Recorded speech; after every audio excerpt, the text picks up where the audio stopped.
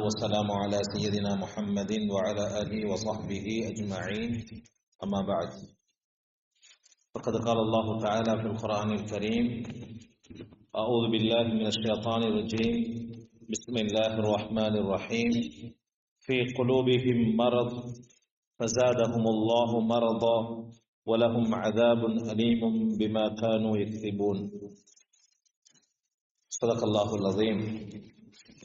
அன்புக்குரிய சகோதரர்களே, அல்லாஹ்வின் நல்லடியார்களே, நாங்கள் உள்ளத்துடைய நோய்கள் சம்பந்தமாக பார்த்து கொண்டு வரோம். அதில் நாங்கள் பொறாமை என்றது உள்ளம் சம்பந்தப்பட்ட ஒரு நோய், அதை பார்த்தோம். சென்ற வாரம் நயவஞ்சகத்தனம், இது உள்ளம் சம்பந்தப்பட்ட ஒரு நோய். நயவஞ்சகத்துடைய அடையாளங்கள் என்ன, ஹதீஸ் என்னென்ன அடையாளங்களை சொல்லுது, இமாம்கள் என்னென்ன அடையாளங்களை சொல்ல இருக்கிறாங்க என்ற விஷயங்களை நாங்கள் பார்த்தோம். இன்றைக்கு அதில் ஒரு தொடராக சஹாபாக்கள் இந்த முனாஃபிக் தன்மையிலிருந்து எவ்வளோ பயந்தாங்க என்றதை பார்க்க போறோம். அன்புக்குரிய சகோதரர்களே, அல்லாஹ்வின் நல்லடியார்களே, நாங்க இத படிக்கிறது இன்னொரு ஆளுக்கு விரல் நீட்டுறதுக்கு அல்ல, வேறு முனாஃபிக் என்று சொல்றதுக்கு அல்ல. நாங்க எங்களைய முனாஃபிக்கா இல்லையான்னு பரிசோதிச்சு கொள்றதுக்கு தான் இந்த பாடங்கள். எங்க சமூகத்தில் என்ன நடந்தீங்கண்டா, உதாரணமா கடனை பத்தி ஒரு பயான் செஞ்சேன்னு வைங்களே, கடன் கொடுத்தவர் சொல்ற சட்டப்படி பயான், நல்ல பயான் என்று. கடன் எடுத்தவர் என்ன சொல்ற, வேற தலைப்பு கிடைக்கலன்னு. அப்ப இது ரெண்டும் பிழை. ரெண்டு பேரும் யோசிக்கணும், இது எனக்குரியது எனக்குரியது என்று. ஒவ்வொரு ஆயத்துகளும் எனக்குரியது என்று யோசிச்சா நாங்க முஃமினா மாறிடும். நாங்க அப்படி யோசிக்கிறது இன்னைக்கு. இன்னொரு பிழை ஒன்றுக்கு என்னன்னா, ஒரு பயான் செஞ்சு கொண்டு நிக்க போல, உதாரணமா வட்டியை பத்தி ஒரு பயான் செய்யறேன்னு நினைக்கிறேன். அல்ஹம்துலில்லாஹ் எங்க ஊர்ல அப்படி இல்லை, வட்டியை பத்தி பயான் செய்யறோம். நாங்க டக்குன்னு என்ன செய்வோம், அந்த வட்டியோடு சம்பந்தப்பட்டிருக்கிறவரை முகத்தை பார்க்கிறோம், பின்னுக்கு திரும்பி பார்க்கிறோம். பயான் என்றது வேற யாருக்கும் இல்லை, பயான் என்றது எனக்கு. நபி ஸல்லல்லாஹு அலைஹி வஸல்லம் காலத்துல ஒரு குர்ஆனுடைய ஆயத்தொண்டு இறங்குது, யா அய்யுஹல்லதீன ஆமனூ, ஈமான் கொண்டவர்களே, லா தர்ஃபஉ அஸ்வாத்தகும் ஃபௌக ஸௌத்தின் நபியி, நபி ஸல்லல்லாஹு அலைஹி வஸல்லம் அவங்கள விட அவங்களுக்கு மேலால் அவங்களோட சத்தங்களை உயர்த்தவானம் என்ற ஒரு பொதுவான ஒரு குர்ஆனுடைய வசனம் இறங்குது. இறங்கின நாள்ல இருந்து சாபித் இப்னு கைஸ் ரலியல்லாஹு அவங்கள பள்ளிக்கே காணல, அவங்க பள்ளிக்கே வரல. நபி ஸல்லல்லாஹு அலைஹி வஸல்லம் அவங்க பாக்குறாங்க, கொஞ்ச நாளா சாபித் இப்னு கைஸ் ரலியல்லாஹு அவங்க மஸ்ஜிதுக்கு வராங்க. எவ்வளவு அழகான ஒரு தலைமைத்துவமாய், எவ்வளவு நோட் பண்ணிருப்பாங்க ரசூலுல்லாஹ். உட்கார்ந்தா விளங்கும், யாரு இல்ல, உட்கார்ந்தா விளங்கும். நான் நினைக்கிறேன் அந்தக்கூடிய யுத்தத்துல கிட்டத்தட்ட நான் நினைக்கிறேன், எனக்கு சரியா அந்த எண்ணிக்கை யாது இல்ல, 30,000 சஹாபாக்கள் கலந்து கொண்டாங்க. அதுல ஒரு சஹாபியை பத்தி ரசூலுல்லாஹ் கேட்டாங்க. கஅப் ரலியல்லாஹு வர இல்ல, 30,000 பேருள்ளுக்கும் ரசூலுல்லாஹ் ஐக்கிறாங்க. கேட்டாங்க, காப காண இல்லையாப்பா. எவ்வளவு நோட்டட் ஆகிக்கும் ரசூலுல்லாஹ், ஒரு தலைவருக்கு எவ்வளவு ஒரு நோட்டட் ஆகிக்கும். நபி ஸல்லல்லாஹு அலைஹி வஸல்லம் கேட்டாங்க, சாபித் இப்னு கைஸ காண இல்லை எங்கன்னு கேட்டாங்க. அப்ப சஹாபாக்கள் பார்த்தாங்க, அவ காண இல்லை. போனாங்க, அவங்கள தேடி போனாங்க. தேடி போனா இவர் அழுகிறாரு, சாபித் இப்னு கைஸ் ரலியல்லாஹு அன்ஹு அழுது கொண்டே இருக்கிறாங்க. போன சஹாபாக்கள் கேட்டாங்க, என்னப்பா அழுகுறீங்க? சொன்னாங்க, இந்த குர்ஆனுடைய வசனம் ஒன்று இறங்கிச்சு, அது எனக்கு இறங்கின வசனம், நான் இதுக்கு போற ரசூலுல்லாஹ் மஸ்ஜிதுக்கு வர மாட்டேன்டா. ஏன்னா அவங்க சாபித் இப்னு கைஸ் ரலியல்லாஹு அன்ஹு சத்தம் சரியான வெடி மாறி. சிலவங்க பேசினா பாருங்க, மைக் தேவையில்லை. எனக்கும் அப்படி ஒரு இயல்பு ஒன்றைக்கு மைக்கே தேவையில்லை, வேண்டிய மாதிரி சத்தமா பேசணும். அது சிலவங்களுக்கு அல்லா அந்த சாபித் இப்னு கைஸ் ரலியல்லாஹு அன்ஹு கொஞ்சம் நார்மலா பேசினாலும் சவுண்டா கேட்கும். அப்ப இவர் யோசிச்சாராம், இந்த ஆயத்து எனக்கு தான் இறங்கிருக்கு.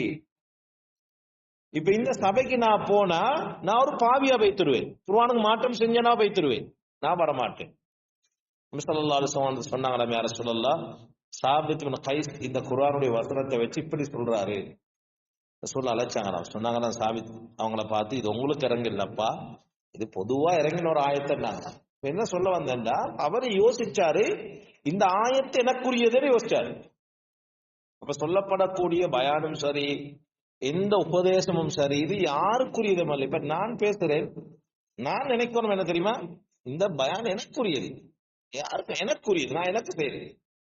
நீங்க ஒவ்வொருத்தரும் கேட்கிறவங்க யோசிக்கணும், இது எனக்குரியது, இது வேற யாருக்கும் அல்ல.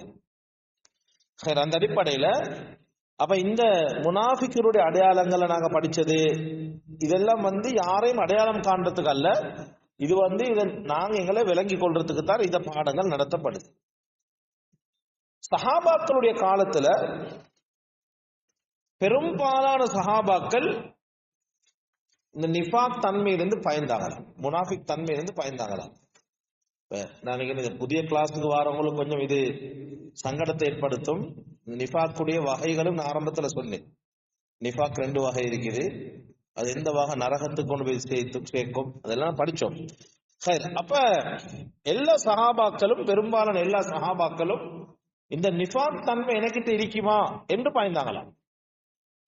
ஒரு தாபிஈன் ஒன்று இருந்தாரு, அப்துல்லாஹ் இப்னு அபி முலைக்கா என்று சொல்லக்கூடியவர். அவர் சொல்றார், அத்ரக்து 30 மின் அஸ்ஹாபி நபி ஸல்லல்லாஹு அலைஹி வஸல்லம் குல்லுஹும் யகாஃபு நிஃபாக அலா நஃப்ஸி. நான் 30 சஹாபாக்களை சந்திச்சிருக்கிறேன், 30 சஹாபாக்களும் நான் ஒரு முனாஃபிகா என்று பயந்தாங்க. யாரு அந்த 30 சஹாபாக்கள்ல? ஆயிஷா ரலியல்லாஹு அன்ஹா, அப்துல்லாஹ் பின் அப்பாஸ் ரலியல்லாஹு அன்ஹு, அஸ்மா பின் அபீ பக்கர் சித்திக் ரலியல்லாஹு அன்ஹு, உக்பத் பின் ஹாரிஸ் ரலியல்லாஹு அன்ஹு, பெரும் பெரும் சஹாபாக்கள் எல்லாம் பயந்தாங்களாம், நான் ஒரு முனாஃபிகோ தெரியாப்பா. நபி ஸல்லல்லாஹு அலைஹி வஸல்லம் அவங்களோட ரகசியங்கள் அறிஞ்ச ஒரு சஹாபி தான் யாரு? சென்ற கிழமை நான் நினைவுபடுத்தினேன். நபி ஸல்லல்லாஹு அலைஹி வஸல்லம் ரகசியங்கள் அறிஞ்ச சஹாபி தான் ஹுதைஃபா ரலியல்லாஹு அன்ஹு. இந்த ஹுதைஃபா ரலியல்லாஹு அன்ஹு அவங்கள உமர் இப்னு கத்தாப் ரலியல்லாஹு அன்ஹு எப்படி பின்தொடருவாங்கண்டா, மதீனால ஒரு ஜனாசா விழுந்தா இவர் போனா தானே உமர் ரலியல்லாஹு அன்ஹு போவாங்க. ஏன்னா முனாஃபிக்கின்களுடைய ஜனாசாக்கு யார் போக மாட்டாரு? ஹுதைஃபா ரலியல்லாஹு அன்ஹு போக மாட்டாங்க. ஹுதைஃபா ரலியல்லாஹு அவங்களுக்கு நபி ஸல்லல்லாஹு அலைஹி வஸல்லம் அவங்க சொல்லி கொடுத்தாங்க, இவர் வேறு முனாஃபிக், கவனமா இருக்கு. அப்ப உமர் இப்னு கத்தாப் ரலியல்லாஹு அன்ஹு ஹுதைஃபா இப்னு யமான் ரலியல்லாஹு அவங்கள சந்திச்சா கேட்பாங்களாம், ஹல் சம்மானி லக ரசூலுல்லாஹி ஸல்லல்லாஹு அலைஹி வஸல்லம் மின்ஹும். யார் கேட்கிறது? சொல்லுங்களே, யார் இவரு? யார் இவங்க? உமர் ரலியல்லாஹு அன்ஹு சொர்க்கத்தை கொண்டு நன்மாராயம் கூறப்பட்ட ஒரு சஹாபி. அது மட்டுமல்ல, மேராஜுக்கு போயிட்டு சொன்னாங்க, உங்களோட சொர்க்கத்தை நான் கண்டேன், நீங்க ரோசப்படுவீங்கன்னு நினைச்சு நான் அதுக்கு போகலைன்னாங்க. அவருக்கு நல்லா தெரியும் நான் சொர்க்கவாதி என்று. அந்த சஹாபி பயப்படுறாரு. ஹுதைஃபா ரலியல்லாஹு அன்ஹு கேட்கிறாங்க, ரசூலுல்லாஹ் என்ன பேருன்னு சொன்னாங்களப்பா, இவ்வளவு பக்குவமா இருக்கு, நாங்க எப்பயாவது நினைச்சுக்கிறோமா நான் ஒரு முனாஃபிக்கா இல்லையா? எப்பயாவது ஒரு நாள் சரி. இமாம் அல் ஹசன் அல் பஸரி ரஹிமஹுல்லாஹ் அவங்க சொல்றாங்க, மா காஃபஹு இல்லா முஃமினுன் வ மா அமினஹு இல்லா முனாஃபிகுன். நல்லா இந்த சொல்ல விளங்கிக்கோங்க. யார் ஒருவர் நான் முஃமின், அதாவது யாரு முனாஃபிக் தன்மையிலிருந்து பயப்பட இல்லையோ, யாரு முனாஃபிக் தன்மையிலிருந்து பயப்பட இல்லையோ, அதாவது வமா காஃபஹு இல்லா முஃமினுன் வமா அமினஹு இல்லா முனாஃபிகுன், அதாவது நான் முனாஃபிக் இல்ல என்று யார் யோசிக்கிறாங்களோ அவங்க முனாஃபிக். நான் முனாஃபிக்கா இருப்பேனோ என்று யோசிக்கிறவர் முஃமின். அப்படி என்ன ஒரு முஃமின் எப்பயும் யோசிப்பார் எப்படி தெரியுமா? நான் ஒரு முனாஃபிக்கா இருப்பேன், அப்பா அல்லாஹ் பாதுகாக்கணும், துஆ கேட்டுக்கொண்டே இருப்பார். ஆனா ஒரு முனாஃபிக் எப்படி யோசிப்பார் என்றா, எல்லாத்திலையும் நல்லவன் தான். ரொம்ப டேஞ்சரான விஷயத்தான் இந்த முனாஃபிக் தன்மை என்றது, நயவஞ்சக தன்மை என்றது. பாருங்க சஹாபாக்கள் எப்படி பயப்பட்டாங்கன்னு. ஹன்தலா ரலியல்லாஹு அவங்க யார் இவங்க சொல்லுங்களே. ஹன்தலா ரலியல்லாஹு யார்? அவங்களோட சிறப்பு சொல்ல யாருக்கு சார்? அவங்களோட ஜனாசா யாரு குளிப்பாட்டினாங்க? மலக்குமார்கள் இறக்கி குளிப்பாட்டினாங்க. நபி ஸல்லல்லாஹு அலைஹி வஸல்லம் அவங்க அவங்களோட ஜனாசா அண்டு காலை இப்படி வச்சுக்கொண்டு தான் நடந்தாங்க. அவ்வளவு ஜனம் கேட்டாங்க, யார சொல்ல ஏன் நாங்க மலக்குமார்கள் அவ்வளவு இறங்கி இருக்கிறாங்க அப்பா. அப்ப இந்த ஹன்தலா ரலியல்லாஹு அவங்க அபூபக்கர் ரலியல்லாஹு அன்ஹு சந்திச்சாங்களாம். சந்திச்சு சொன்னாங்களாம், நாஃபக ஹன்தலா, ஹன்தலா முனாஃபிக் ஆகிவிட்டார் என்று சொன்னாங்களாம். அவரே சொல்றாரு, நான் முனாஃபிக் அப்பா என்றாங்க. அபூபக்கர் ரலியல்லாஹு கேட்டாங்களாம், நீ எப்படி சொல்றாய்? சொன்னாங்களாம், நகூனு இன்த ரசூலில்லாஹி ஸல்லல்லாஹு அலைஹி வஸல்லம் யذ்குருனா பில் ஜன்னா வன் நார் கஅன ரஅயு ஐனின் فإذا خرجنا من عند رسول الله صلى الله عليه وسلم عافسنا الأزواج والأولاد والضيعات فنسينا كثير. சொன்னாங்களாம், நாங்க நபி ஸல்லல்லாஹு அலைஹி வஸல்லம் அவங்களோட இருக்கிற நேரம் சொர்க்கத்தை பத்தி நரகத்தை பத்தி அல்லாஹ் பத்தி சொல்ற நேரம் நாங்க அழுகிறோம், பயம் வருது. சொர்க்கத்தை பார்க்கிற போல இருக்குது, நரகத்தை பார்க்கறத போல இருக்குது. அல்லாஹ்வோட பயம் ஒன்றும் எங்களுக்கு ரசூலோட மஜ்லிஸ்ல இருக்கிற நேரம் வருது.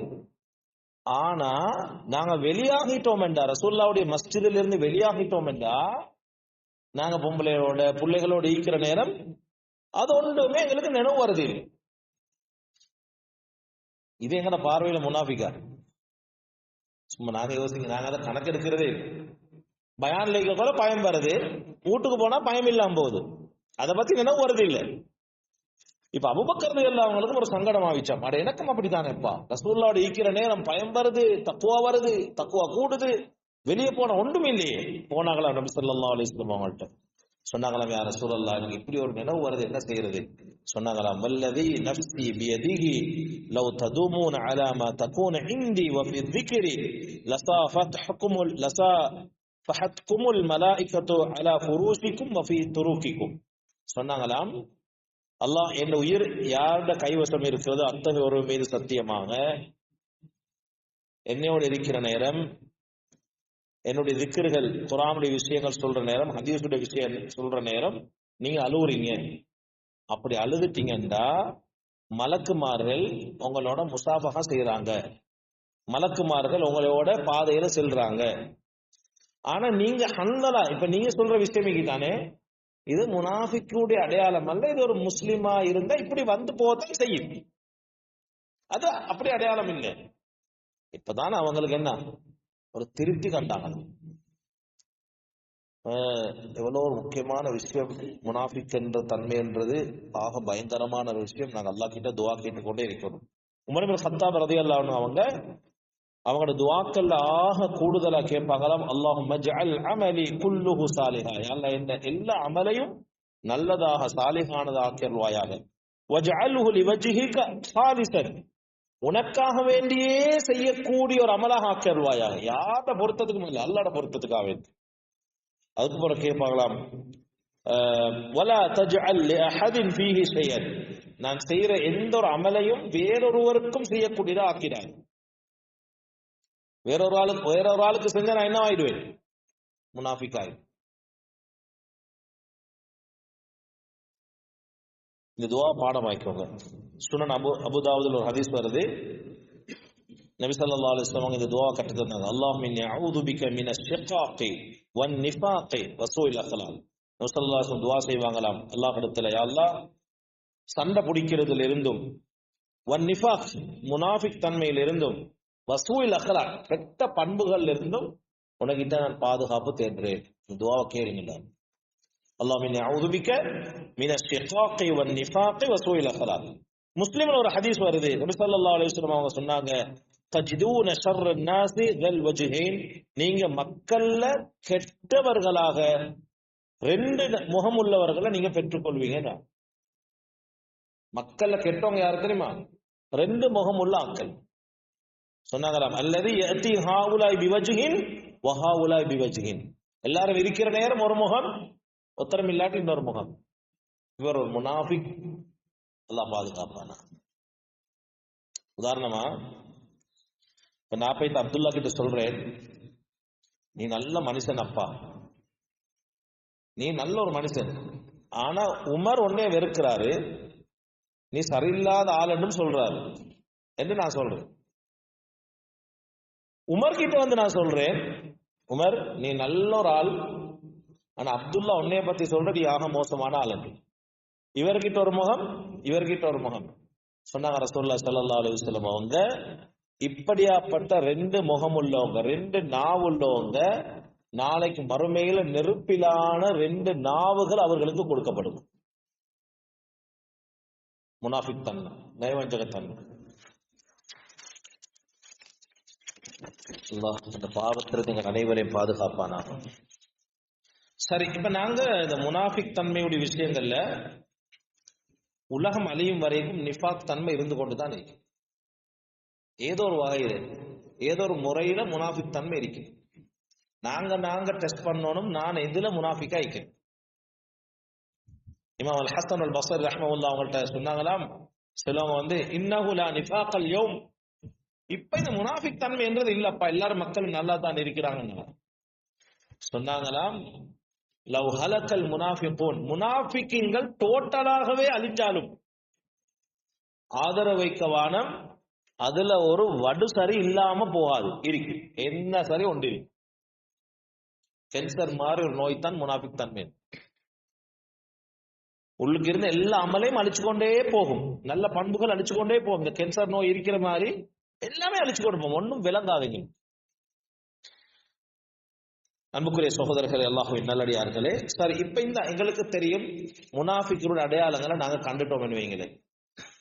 ஒரு ஆளை பார்த்து எங்களுக்கு முனாஃபிக் என்று சொல்ல இயலுமா? அவன் ஒரு நயவஞ்சகன் அப்பா என்று சொல்ல இயலுமா? எங்களுக்கு சொல்லேடா. புகாரி முஸ்லிம்ல ஒரு ஹதீஸ் வருது, ஜாபிர் பின் அப்துல்லா ரலியல்லாஹு அன்ஹு அவங்க அறிவிக்கிறாங்க, முஆத் பின் ஜபல் ரலியல்லாஹு அவங்க நபி ஸல்லல்லாஹு அலைஹி வஸல்லம் அவங்களோட தொழுவாங்களாம், இஷா தொழுகை தொழுவாங்களாம். தொழுதுட்டு அவங்க போயிட்டு அவங்களோட ஏரியால அவங்களோட கூட்டத்துக்கு இமாமத் செய்வாங்க. முஆத் பின் ஜபல் ரலியல்லாஹு அன்ஹு நபி ஸல்லல்லாஹு அலைஹி வஸல்லம் காலத்திலே இவர் ஒரு பெரிய அறிவாளி, மார்க்கத்துல பெரிய அறிவாளி. இவர் யமனுக்கு கவர்னராக அனுப்பப்பட்டாங்க. அப்ப இவர் போயிட்டு என்ன செய்வாராம், அவங்கட கவுமுக்கு தொழுவிப்பாராம். ஒரு நாள் இவர் ரசூலுல்லாஹ்வுடைய இஷாவை தொழுதுட்டு அவருடைய ஏரியாவுக்கு போயிட்டு இஷாவை தொழுவிச்சாராம், தனக்கு தன் மக்கள் வார இடத்துல தொழுவிச்சாராம். ஃபக்கர பிஹிமுல் பக்கரா, இவர் இஷால பக்கரா சூரத்தை ஓதிட்டார். ஃபன்ஸரஃப ரஜுலுன் ஃபஸல்லா வஹ்தஹு, ஒரு மனுஷன் வந்து பார்த்தாராம், இவர் என்ன பக்கரா ஓதி கொண்டிருக்கிறாரு, தொழுகை விட்டுட்டு தனியை தொழுதுட்டு போய்த்தார். இப்ப இந்த மனுஷனை பத்தி முஆத் பின் ஜபல் ரலியல்லாஹு அன்ஹு சொன்னாங்களா, நீங்க தொழுவிச்சு கொண்டு இருக்கிற நேரம் இந்த மனுஷன் வந்தாரு, உங்களோட கொஞ்ச நேரம் தொழுதாரு, தக்பீர் விட்டுட்டு வேற போயிட்டு தனி இருந்து தொழுதுட்டு போய்த்தாரு. இப்ப முஆத் பின் ஜபல் ரலியல்லாஹு அன்ஹு அவங்க அவரை கூப்பிட்டு கேட்டாங்களாம், நாஃபக்த, முனாஃபிக் ஆயிட்டீங்களா? கேள்வியை தான் கேட்டாங்க. நாஃபக்த, முனாஃபிக் ஆயிட்டீங்களா? நீ முனாஃபிக் என்று சொல்லவும் இல்லை.